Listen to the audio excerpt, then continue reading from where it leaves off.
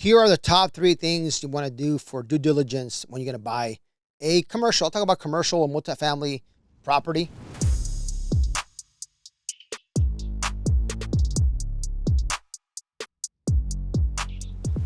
Okay, so the number one thing that you should look at is your comps, right? You should always make sure that you got it like for like or pretty darn close. And what you're buying at right now, what could it be worth later, right? So your comparables, right? You're paying $10 million for a property now, and what is it worth in 3 to 5 years compared to everything else? Or maybe you got a good deal, right? Maybe you're buying it at 10 and other properties around you are worth 12 or 13. You got a good deal, okay, right off the bat. So definitely your comps. Number 2 is you definitely got to check your rehab budget, your CapEx, capital expenditure budget.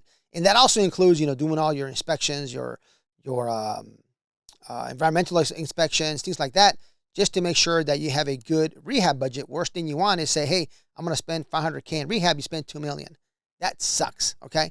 Number 3 is make sure you check with the city, with planning, with zoning, make sure there's no eminent domain. They're not going to take half your land. They're not going to put a highway through the middle of your property, things like that, which sounds pretty stupid. Like, why would that ever happen to you? But trust me, from experience, go check that out. Make sure that you go and follow up with the city. There's a big list of due diligence. There's probably 100 items on there. But for me, that's kind of the things that I've learned the last few years is doing my correct comps, make sure that I have a correct rehab.